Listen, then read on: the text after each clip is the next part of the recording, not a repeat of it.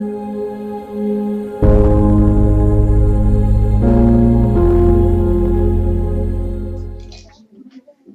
so good morning, everyone. Good morning.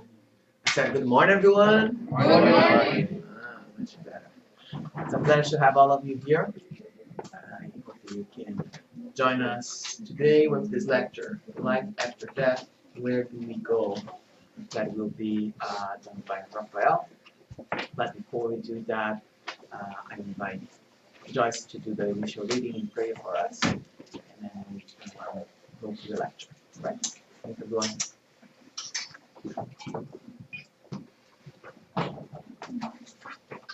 Good morning, everyone. Good morning. I'm going to read a small passage from Happy Life from Divaldo Pereira Franco by Joana de Angelis. Think in terms of eternal life. Death is nothing more than a moving van. When the physical tissues wear out or are violently torn, they free the eternal spirit, which returns to its spiritual home. Everything is transformed. The body changes and decomposes, revitalizing other expressions of the material. The spiritual being, which inhabits it temporarily, leaves it to assume its structural reality. Live, therefore, in the knowledge that death may overtake you at any moment. You must begin to prepare now for the inevitable journey. So let's now close our eyes and connect ourselves to the very good energy that surrounds us at this moment. The energy that comes from above, from our good mentors, spiritual friends that are here helping us in this meeting. And we pray that God can hear our hearts, that God can hear how we are feeling now, and all our needs, and help us, giving us the strength, the understanding, the resignation to continue with faith, always having in our mind always that He is with us all the time, giving us the support and strength that we need to overcome any situation. Let's pray for all those friends that were not able to be here today. Hopefully next week they can join us. And let us all open our heart and our minds to the message that's going to be delivered to us today. Let's learn all together. And remembering that we are all child of God, learning every day. We're still going to make lots of mistakes, but we hope that day by day we can be better. We ask God and our dear friends to support and help our speaker today, and let us all continue with this good vibration inside of us. So be it.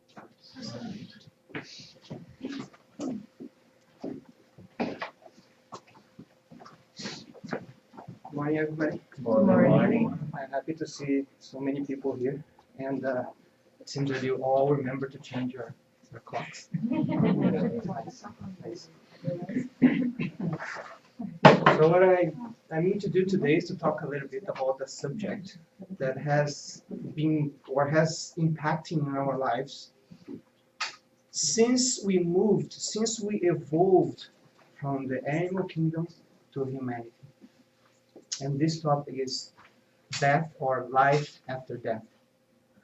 So that's why I put this image here, a very dramatic image. So this is a painting, actually from the 19th century, that is based on a book from the 7th century, which is called Paradise Lost, from John Milton's. Those who study literature, it's the majority of those courses, they ask us to read this Paradise Lost. And it's very similar to the Divine Comedy, so it's in the poem form. So then, this is a picture that shows how the culture of that time imagined where we would go. So at every culture has an image of where we will go. And that image tells a lot of what was going on at the moment when that culture or that society was being formed. But one thing, it's constant in all societies formed throughout the ages.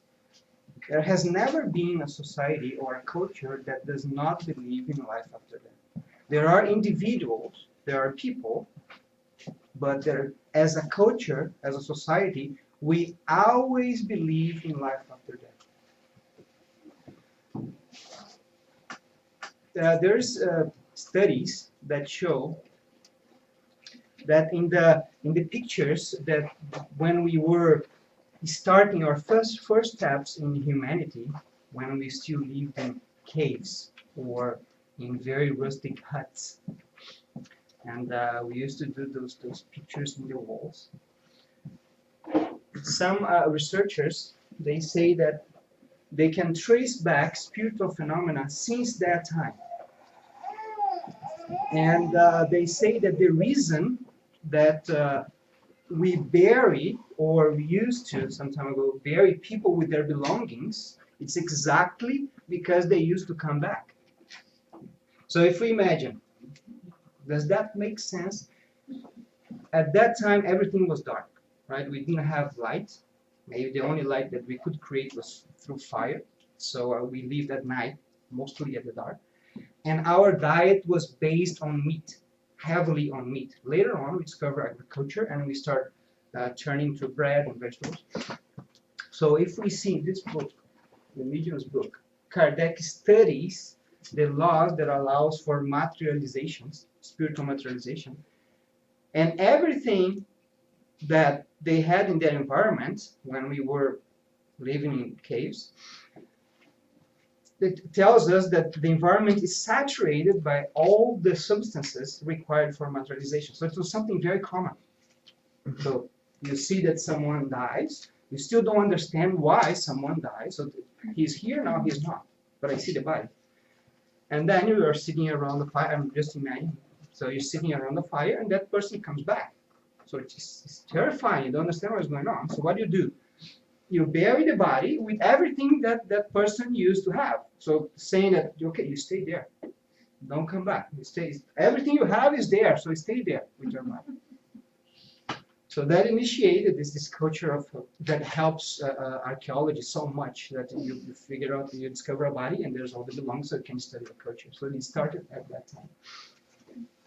So what I mean is, this is not news, that we know that there's something else. There's something beyond just the shutting off of the body. The problem is that we don't know how that can impact in our lives. How does that implicate in what I'm doing now, in my behavior now? And where do we go after that? So where is that? So if that person still exists, where is that person now? What is he or she doing? So if we still exist, we are somewhere. We can all agree that if I still exist after I lose this body, I will be somewhere in the universe. We can say, I'm in another dimension.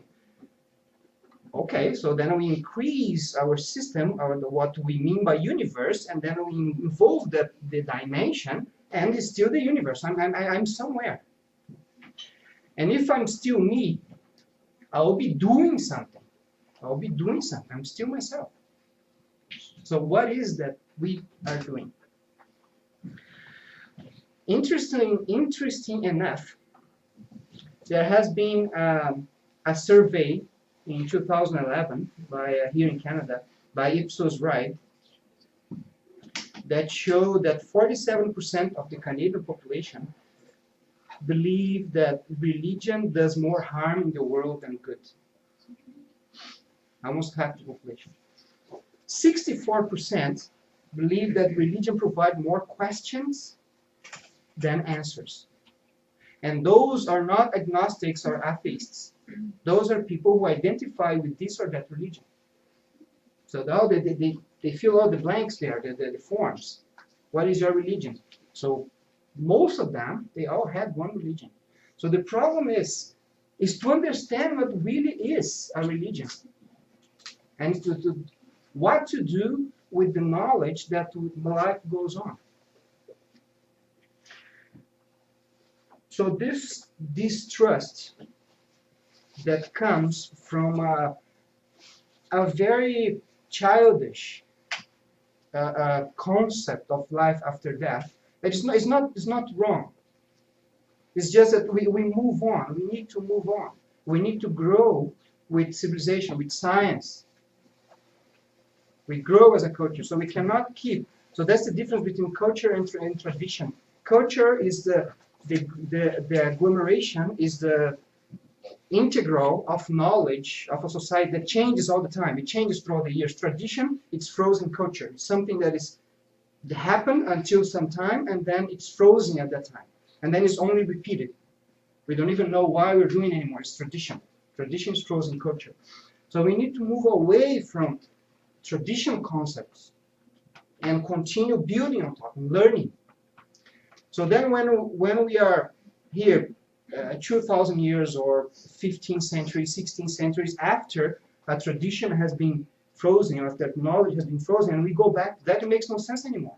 Of course not. We mature, we grow. And then this creates more questions than answers, as most people answered in the questionnaire. And that leaves people to distrust spiritual learning, to distrust what religion has to teach us. And that generates a silent anxiety. It's something that is inside of us. We don't even know it is there. This thing that we don't really understand why is it that we go to work every day, we do the same thing, we take the same bus, we take the same route to work, then at 5 we come back home, we watch Netflix, or we do this, or we walk our dogs. And what is the meaning of this cycle that keeps repeating, and I'm getting old, and I don't know what is happening. So this generates this feeling of anxiety that most of us do not even know that it is there. So we have problems sleeping, because in order for us to kill or to not pay attention to this feeling of anxiety, we cannot make silence. Because when we make silence, is when we get in contact with our inner self. And when we hear our mentors speaking to us. That's why meditation is so important. So we don't make silence because we don't want to deal with that distrust. So then what we do, if we stand still, we take our cell phone and we stay there. When it's time to sleep, why is it so hard? Because in order to sleep, you have to make silence.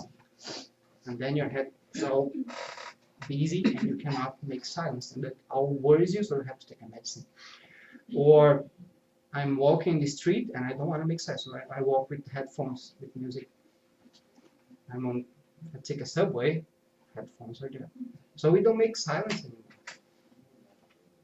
We go home, we turn on the TV. When are we in silence? When do we sit down and evaluate where our life is going? Just for 15 minutes. Just think about it. In the beginning of the day, what is going to happen today? Why am I satisfied? Why am I angry? Why am I upset?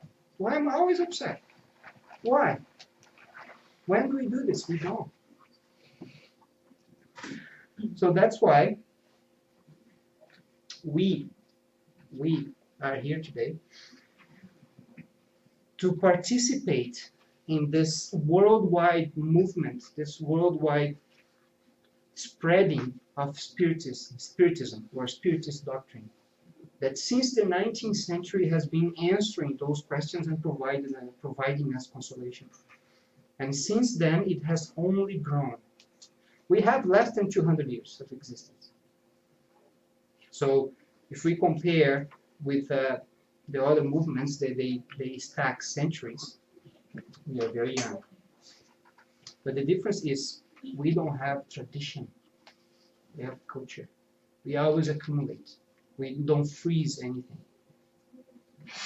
So Spiritism and everything that we learn, it doesn't come from anyone that is incarnated.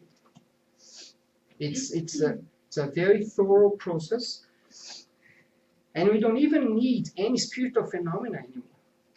If we listen to Haroldo Dutra or Divaldo Franco or those guys, like those famous speakers, they are famous as a consequence of the light that they have. We don't need any spiritual phenomena to happen for us to see that what that person is saying makes sense. Because it speaks to our hearts. It fills that void. It kills that anxiety or helps us to work that anxiety inside of us. So it brings back the trust in spiritual knowledge and in religion. That religion is important for our lives. But it requires reading, it requires patience, it requires study. If I want to know something new, I need to spend time and study about it, or I'm not going to figure out, I'm not going to understand.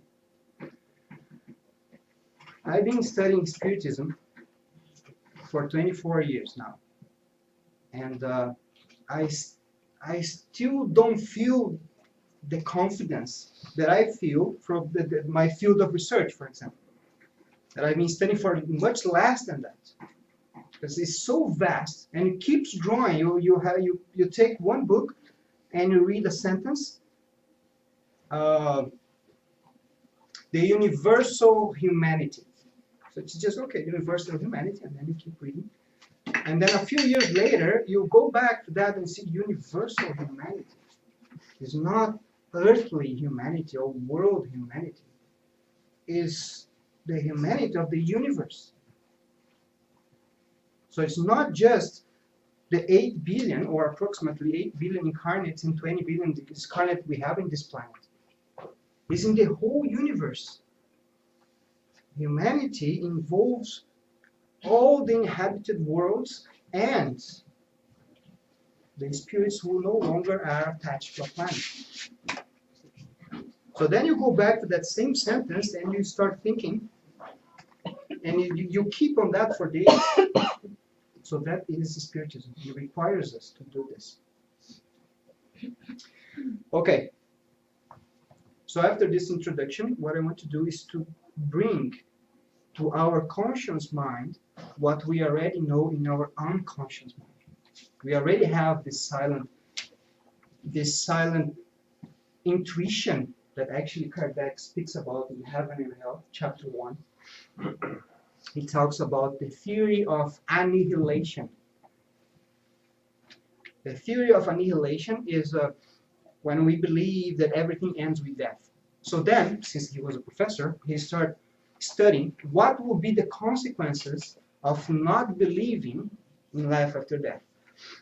So then he describes all the moral concepts that we lose as a civilization, or as an individual, as a civilization. Why would we do any good? Why would we study so much? Why would we develop our world if we're going to disappear?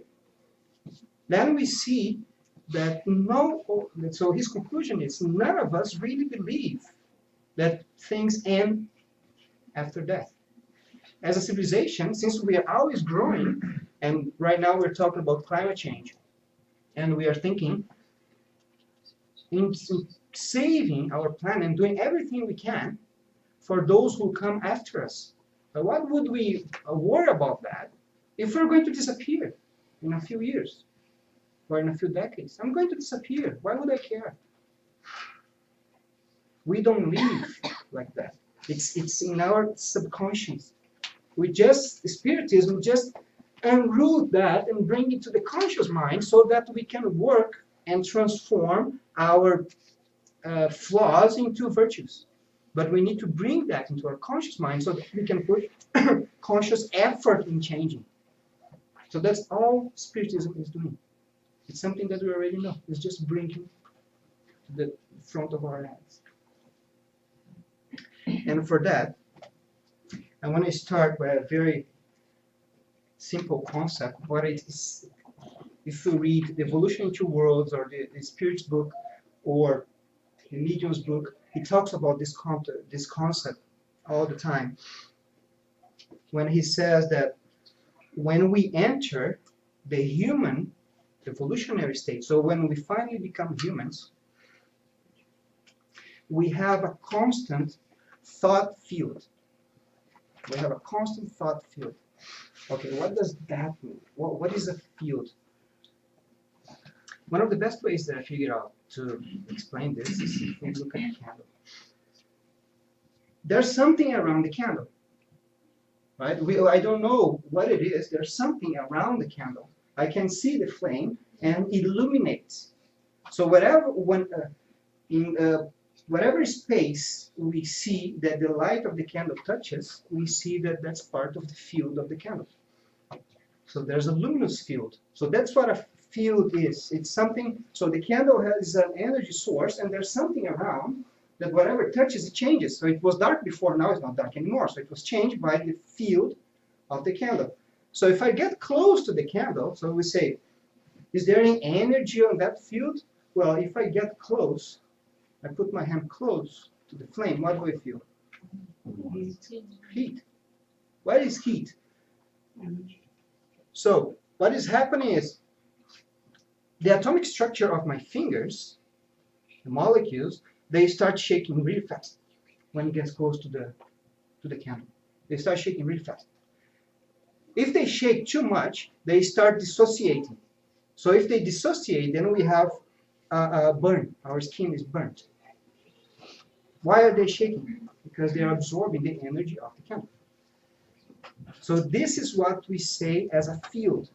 So when the Spirit says that we have a thought field, that we are all like candles, when we are animals. So before we reach the human stage, we turn on and off that candle. So imagine that I am a predator and I am in the savannah or I am in the jungle and I'm hungry. The candle turns on. I have a problem and I have to solve it. I'm hungry. I have to hunt. Now, if I am the prey and I'm there, the candle is off. And then I feel there's a predator around. So the candle turns on. I need to solve a problem. Then after that problem is solved, the candle turns off. So then the intelligence or the thought field turns on and off, on and off, on and off, on and off. That's why when we have pets, we see that we cannot say that they're not intelligent. They are intelligent. They solve problems. It's just that the light is on and off, on and off.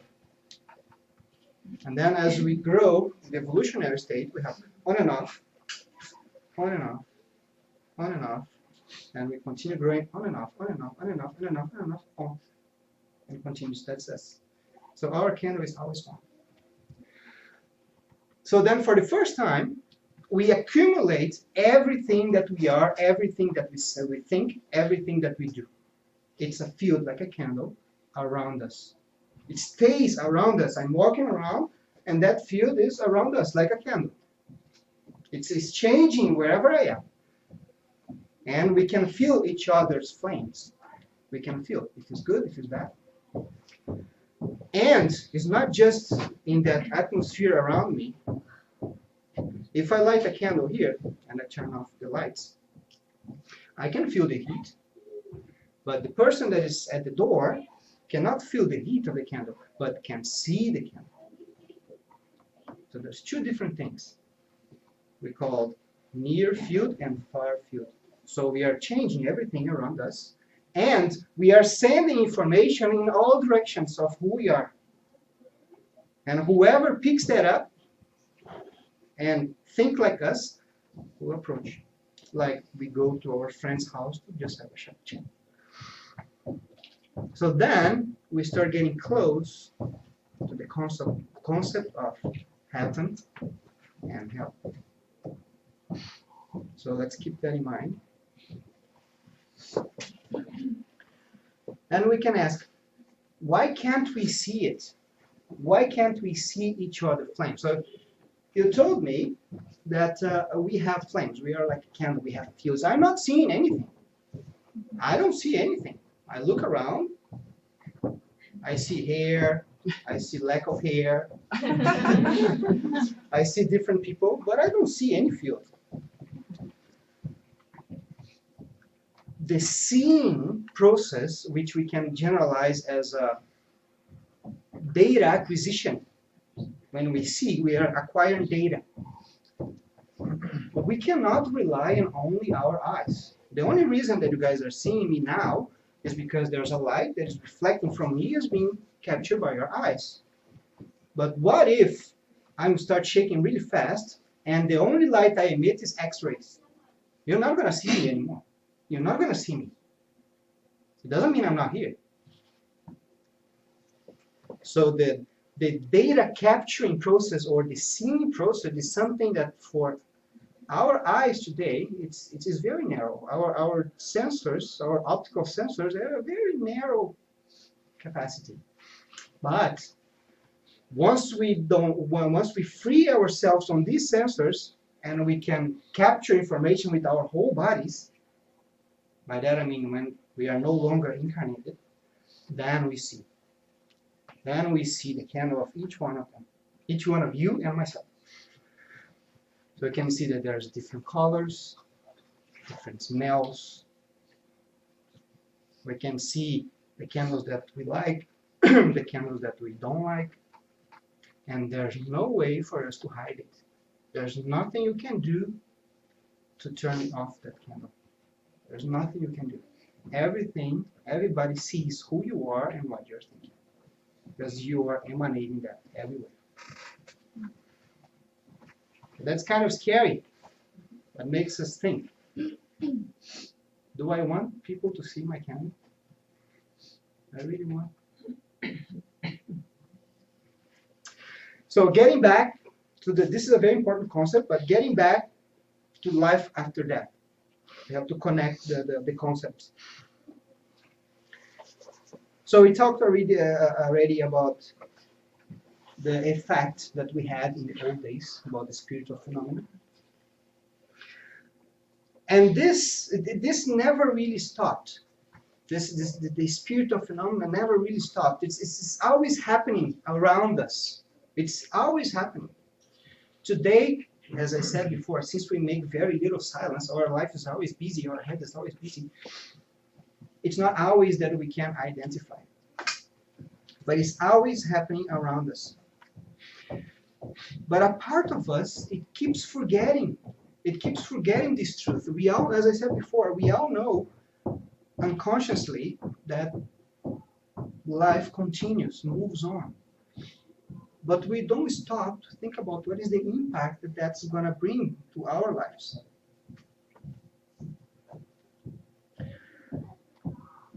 So when we started, there's always someone who thinks about it. So it is, there's always a spirit that comes with a mission to make silence, meditate, and bring to all of us his idea or his interpretation of the meaning of life after death. And in the very beginning, the interpretation that we give, it's related to our spiritual maturity. So the first thing we did was, okay, I continue after that. And I know that there is a being, an entity that is bigger than I am, that created everything. That's another part of our intuition. So since this being, this creator, can do more than I do, it probably has attributes that is bigger and higher than my own. So this entity is probably very just and fair. So then, those who live good lives, who are worthy, they go to one place. And those who are unworthy, they are punished. They don't receive the reward. They are punished. They go to another place. That's the idea that we had of a just God. And Spiritism, so it is something that is very primitive and simple. You do good, you receive a reward, you go there. You do bad, you receive a punishment, you go there. Depending on the culture, the reward and the reward is always constant. The punishment could be eternal or it could be temporary. Depends if we look at Greece or if you look at the Nordic cultures or if you look at Catholic or Muslim. It depends on where we look. But all of these cultures, they have this separation. In Spiritism, we change this. So we say that this no longer makes sense. Why it doesn't make sense? Imagine that the person that did bad, something bad, sometimes it's not even that bad. It's someone that we love. And then we think that person is going to be tortured for eternity. Does that make any sense? Does that, in any sense, would we imagine that it's an entity that is bigger than us? Would we do this? So we wouldn't give a second chance? So we make an imperfect, so we have an imperfect spirit, and we give that spirit 50 years, 60 years, 70 years, 80 years. In the span of eternity. So we keep that spark of life, and then at the end, if you didn't do what I wanted, you're going to be tortured. This time is for eternity. It's not for 60, 80, 90 years. It's for eternity. Where does that make sense? It doesn't. What Spiritism brings to us is there's no punishment. There is love and education. So imagine that you have children who are learning to read and write. So then you have two rooms. So in one room, you have children who are learning the words, and in the other room, you have children who have already learned, and now they are writing essays. So we need to separate them, because otherwise, the teacher is talking to one, and there's another teacher talking to the other group, and then it becomes a confusion. So we have to separate. So you guys are learning the alphabet, are drawing the letters, and you guys already know the letters, already know the alphabet, so you're gonna write surveys. And then you have one kid in the second group who doesn't know the alphabet. And then he's struggling to write the essay, but he can because he doesn't remember the letters. Then you take that kid and you bring it back to the other room to learn the alphabet. But that kid has friends in this first room. So he doesn't want it. He doesn't want to go back. He's going to suffer. He's going to suffer since he's put in the other room. But the teachers who are doing that, are they punishing the kid? No. They know that in order for that kid, that child, to have a future, to have a good job, to have a good life, he needs to learn to read and write. It doesn't matter if now he's kind of throwing a tantrum. It doesn't matter. He has to go to the other room and he has to learn. Right now, he doesn't see it. It's not a punishment. It's education. It's love. So then we have to break those traditions of punishment and understand the love and education that we are going through. God wants us to learn because He knows that once we learn, we'll be happy in the future. We'll be at peace. We'll live better lives. We just don't see it yet. So that's the mature concept that the religious part of Spiritism is bringing to us. It's culture again. And this will continue growing.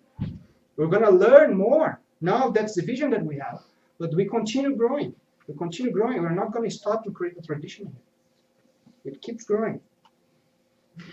So that child, we can go back to that child, and that child can be rebelliousness. I don't want to learn. Okay, well, we can do that. You're going to stay there for as long as you need until you learn. I cannot put you in the other room. You cannot write an essay. You have to learn the alphabet first. So you can be rebellious, or you can stop being rebellious and work. Then you go back to the other room faster. That's our lives. Here and on the other side. So, going back to the traditions, then we have several that I was looking around that tells exactly the situation where the people were at that time. So we have you can die and you can have a huge banquet, eat a lot, or you can have a harem full of women. So this tells a lot of the maturity of each one of the people.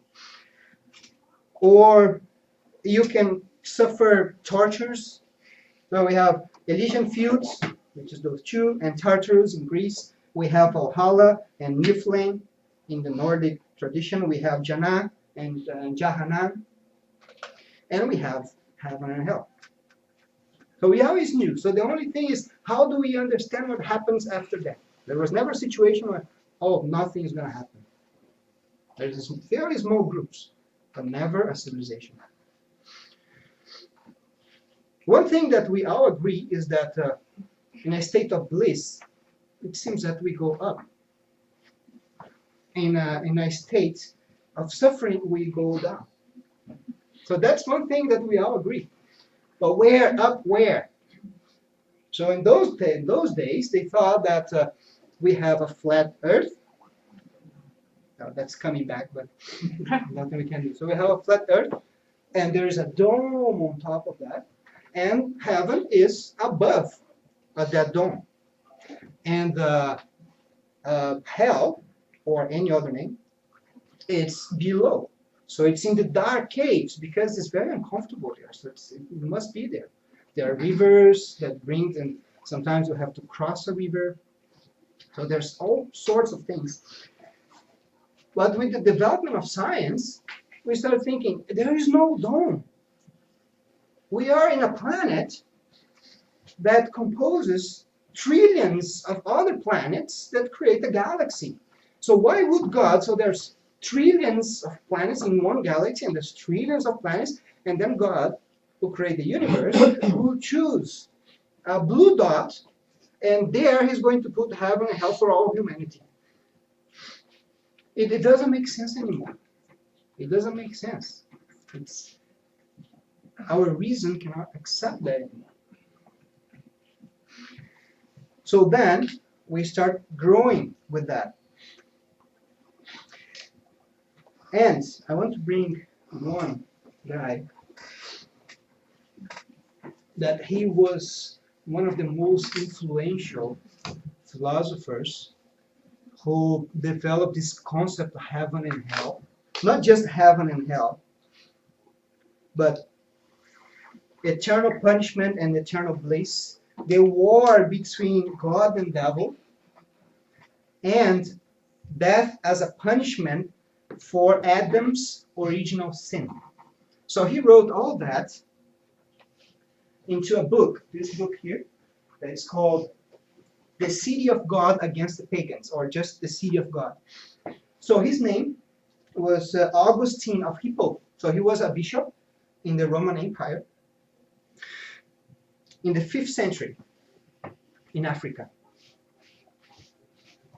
In the 5th century was when the Eastern Roman Empire, or what we know as the real Roman Empire, fell under the attack of the Goth. Maybe the Visigoth. So Augustine, he was living all that. He was there. So what is the city of God? It's the church. It's the Roman church. And the pagans are Rome itself. He's trying to say that there is a war between God and devil in Rome. So Rome is corrupted. But there's also the Roman church. So there's a war. And because the Romans, they went with the devil, then they committed a sin. So they were destroyed. They were punished. So this is Augustine explaining in his book why is it that the civilization of that time, the Roman Empire, fell? And this is no small thing. This is different than the world that we live today, that is very united and globalized. At that time, there was only one civilization that dominated most of the world. That was Rome. And from one day to the next, Rome is no more. The Eastern Roman Empire that we called later the Holy Roman Empire or the Byzantine Empire remained until the 1400s, so another 1,000 years. But I'm talking about, but that was just in name. The real Rome, it fell in the 5th century. So we see he explaining, trying to explain the meaning of life after death in the situation where he was inserted to.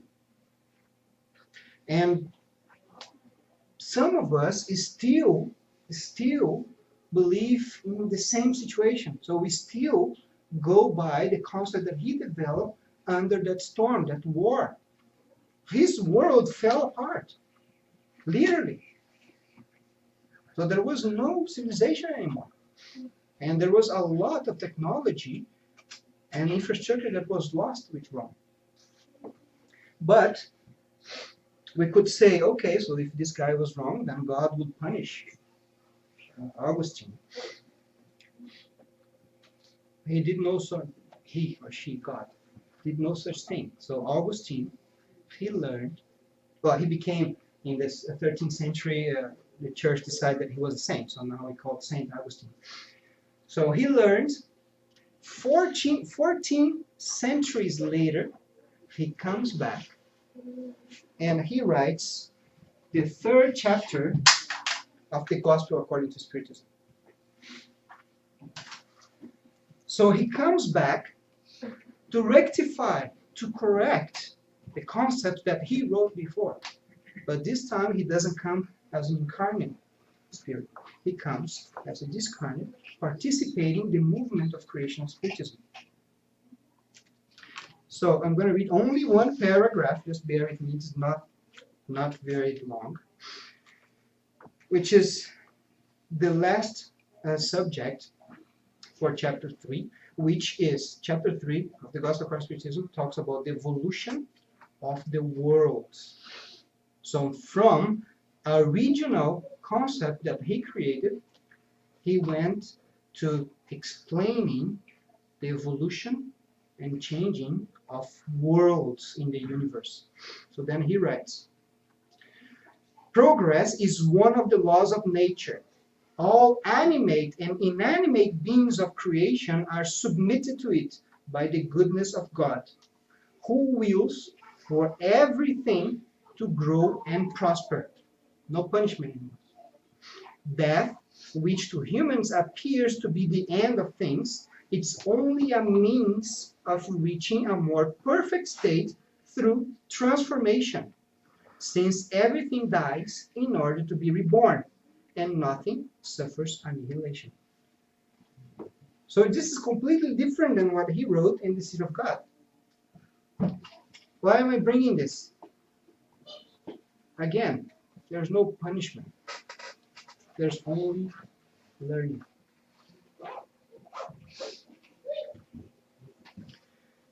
But then, what does Spiritism bring to us? So we have been talking what brings to us, but if we think about what is the place, so we exist, we know that there's not going to be any punishment, so then where do we go?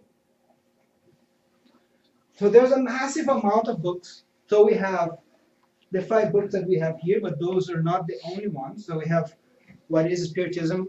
So the Kardec, he wrote more than 5 books. And we have André Louis series, we have the books by Emmanuel, we have hundreds of books. So that's why I said in the beginning that Spiritism requires study, it requires patience, and requires reading. Well, what do we learn from all this? So you guys remember the concept of candle? So the field. So we all have our fields. So the thing is, André Luiz, he teaches us that actually the field that we create, this flame, it interacts with gravitational fields. What is a gravitational field? It's a gravitational field around our planet. There's gravity. Wherever you feel gravity, there's a gravitational field. So what is he saying? He's saying that your field, the one that you build with your thoughts, interacts with the gravitational field of our planet. What does that mean? It means that it can be light or it can be heavy. If you are heavy, it means that the heavy word is there's a higher force towards the center of the earth. So you are attracted by the earth. If you have light thoughts, you interact less with the gravitational field. So then there's a smaller force. So you can move up if you want to. So then, okay, so then you can ask, well, but you're telling us then that there is a heaven and there is a hell. No. What I'm saying is, the people who have the same flame or the same characteristic, they meet somewhere because they attract each other. They meet somewhere. It could be somewhere here, depending on how they interact with the gravitational field, or it can be somewhere here. So that would be the collective? Sorry? The collective? Yes. So then, if you imagine, we unite a lot of people who are alike. And the main attribute is addiction, is to use drugs.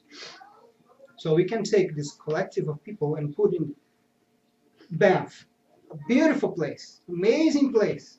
You put it there, and we give you some time. Is it going to continue to be pretty? Who is going to mow the lawn? Who is going to paint the house? Who is going to maintain? Nobody's going to do that because they are worried about drugs. So then, the place is created by the people who are there. So it's not that we are sent to this place or another place. We gravitate, we go to the place that we belong. And the collective thought is going to create this or that place. If the place is bad, it's because the people who are there, they vibrate, or their flames are uncomfortable to us.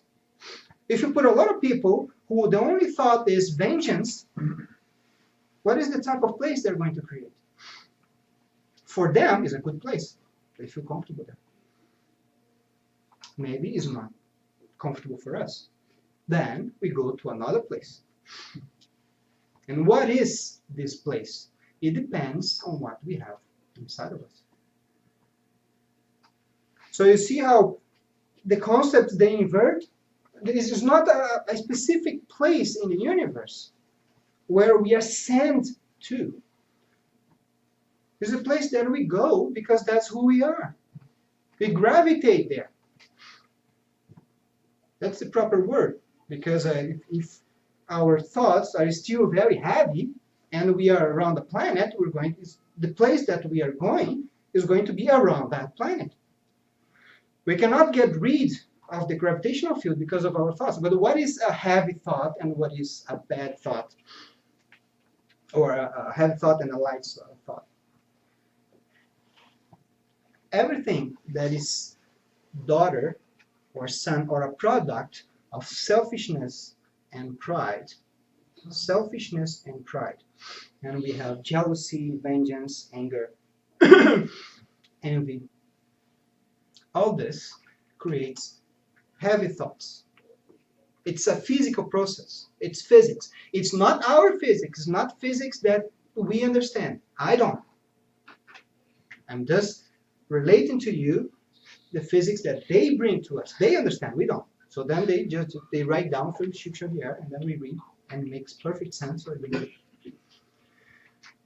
So those who create pride and selfishness will create thoughts very heavy, and then we gravitate to this planet. We are stuck here. We cannot get out of this. So we have a huge universe around us that it seems dark, but it's only dark because we cannot remember the viewing process. We cannot acquire any data. So it seems dark, but it's not. It's very busy. But we cannot participate that because we are chained to a very small blue dot, and then we call that hell. And then we blame others for a condition while we are there. But the key to unchain is with us. It's like we are chained and the keys are in our pocket. But we don't want to take it because that chain, I complain about it, but I kind of like that chain. I kind of like it. Every time someone does something bad to you and you feel that vengeance coming out, and I want to pay back. I want to pay back. And you do pay back. You're saying, I like this chain. I complain about it, but the key is in my pocket. But I don't want to really go up. That's what we are saying. And there's a very interesting passage in the book The Messengers where André Luiz, he goes to a colony that's called Campo da Paz, or the Field of Peace. And he goes there, and there's a lot of people laying down, a lot of spirits. And they're like they're paralyzed. They're not doing anything. They're paralyzed. And some of them are moaning. And then the instructor that is taking care of all the spirits there, it says, you see those that are moaning? The healing process has just begun. What does he mean by that? When we hurt someone, whatever way, even by saying a word, an offensive word, anybody, as Jesus said in the gospel, when we say haka, haka was a very old Hebrew offense. So anything that you say, in any way that you hurt someone, since it's against the law of love that nourishes us, you create a wound. You hurt yourself. You create a wound.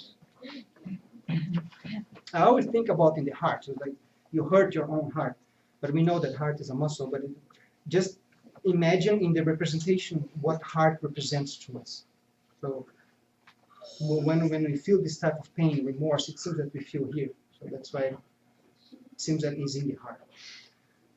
So whenever we do that, we have this wound, and we know that wound is going to hurt. It's like when you sleep and you fall and you hit something, and you know that edge that you hit your hand or your feet, it's very sharp. So you know that there's damage, and you don't want to look because you know that if you look, you're going to feel pain. So if you look at your wound, you feel pain, so you don't look. So when we do that, we protect that wound by making ourselves victims. So we put a shield of pride because we know unconsciously, again, always our unconscious, that wound is going to hurt. So we hurt someone, but then we say, yeah, but that person did something to me. That's why I said that. That's why I did this or that. So I'm protecting. So then I am in that stage of the paralyzed spirit. And then our life, we create that field around us that is changing our universe, changing our atmosphere. We create a situation of restlessness. So we are not in peace because we know that we hurt someone and we don't want to treat it that wound. And then we go to therapy and we pay hundreds of dollars, and then the trained person knows how to identify that wound. And then the person puts the finger there, and then we drop our shields, and then the remorse comes as an avalanche. And then we cry, and it seems that if we release all that energy that was in us, because we put a lot of effort to contain that wound, to protect, because I don't want to feel the pain of remorse. So that's why those who are mourning in the book of Messengers are those who are feeling the pain of remorse. When you feel the remorse, and when you you understand, you admit that you were wrong. And then what you want to do is to look for that person and ask forgiveness. So if you were in a colony and you want to go through this process, you implore to reincarnate here under the same roof of that person, just so that we can spend a whole lifetime asking for forgiveness. The problem that sometimes you come here, you forget, and you make it worse. But that's the reason. So that you can be in a colony and you can be in hell because of the gash that you have in your heart for something that you do. So that's why Chico said, I prefer to be hurt than hurt anyone. Because if someone hurts you, of course it hurts. So it's kind of you feel bad. Sometimes what it hurts is your pride. So society tells me that I should portray myself as a courageous guy, or I need to pay back. But if you hold on, if you don't lose yourself to those thoughts, and you let your pride be hurt, it doesn't matter. It's going to pass. And sometime from now, you're not even going to remember that. But if you do pay back, and if you do hurt the other person, you're not going to forget. The memory becomes very sharp. It's very sharp in your mind. And if the other person responds with kindness, it is even worse. It's 10 times worse. That's why Jesus said, respond with kindness. What are you doing? You're giving the opportunity for that person in some time from now to realize, to remember your reaction, and the remorse is going to take over that person, is going to change that person. Whereas if you pay back, then you're not acting anymore. You are reacting like animals. So nobody's thinking anymore. So the process of changing for both parties, it's harder. So you see that things make sense? So that's what I mean by culture. You evolve, you try to mature the concept, and then you bring forth the implication of life after death to your conscious mind, and then you can apply force to try to change yourself.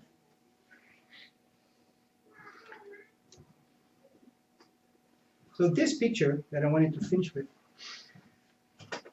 this is actually a statue from Liverpool. It was displayed in 2014.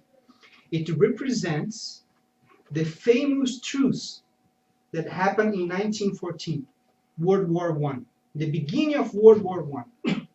The armies in France, the German army and the France plus the English army, tired of making war, they stopped at Christmas and they played soccer. And after they played soccer, they supper together and they sang Christmas carols together. That's what they wanted. That's what our nature brings to us. They didn't want to continue the war. But then the generals, they heard about this, so they were sent from both sides. A minority, millions of soldiers, 1, 2, 3 generals, they forced them to restart the war, to start killing each other again. Or they themselves would be killed by their own army as traitors. And then happened one of the worst wars in our history. For 4 more years after that, of just killing. Until in the end, they just, okay, I quit. I quit. It was technically Germany lost, but none of them could take anymore. None of them could take anymore. So when we think that life will go on, will continue, and we think, where would I go after that? When is our time to go? We'll go to the place that is already inside of us. That's all we need to know. That's where we go. To the place where it's already here. Thank you.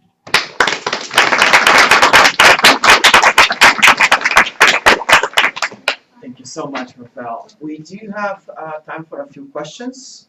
If anyone, or comments, if anyone here in the room or someone on the internet, we have cards facilitating. So if there's any question, Anyone? I just want to give a quick comment, more for the speaker. I think today was a thing that you brought, as you said, love and intelligence. I think it was a presentation that couldn't represent better in Spiritism. Because you're so knowledgeable, and it was a very heartfelt feeling, felt presentation, at least for me today. For me too. Thank you. Okay. Something. Just a quick comment as well. One of the things that once I started to learn Spiritism and study Spiritism, one of the consolation that I got that is not taught by other religions is about the afterlife in terms of, because we come with that idea that the afterlife will be either a prize or a punishment, depends on what you do here. So then that idea put ourselves always as a victim, right? And we see, oh my God, pretty bad. God is going to punish me and send me to hell. And exactly as you said today, we start to learn that the hell, what we understand by hell, is not exactly a punishment from God, but other than that is creation of a collective thoughts that create that ugly environment that we have in our mind that we understand by hell. So in other words, it's not a punishment. It's all that we ourselves create to ourselves. So we have the same way that we have free will in our daily lives to make our own choices and so on. It's gonna depend on us as well, the environment or the place we go after that, right? After this death, what do we understand by that, right? Because we know that death doesn't really exist, but after this time here. So it's not a punishment, it's what our thoughts The consequence of our consequence from what we did as well. Very good talk. Thank you. All right. So if there's no questions, we're gonna say thank you for those watching us through the internet. Invite you to your own final prayer.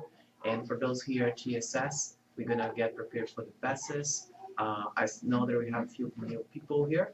So if you're not familiar with the passes, this is nothing else than it's gonna happen in this room. We're gonna reduce the lights, and then the team that will do the passes, they will just hold them in their hands over you guys, and they will be the channel from the spiritual world to give us the energy that we need for the rest of the day. I invite everyone to be in prayer during this time. Pray for yourself while you're doing, so we are receiving the pass. The pass is for you, not for anyone else. And for those, while you're not receiving the pass, you can continue praying for those you love, for those here, for yourself as well. Okay? If you have any question about the fasts, at the end of the activities, you can find one of our volunteers, one of the fast givers, and then they can give you more information. All right? Thank everyone, and get prepared for the passes.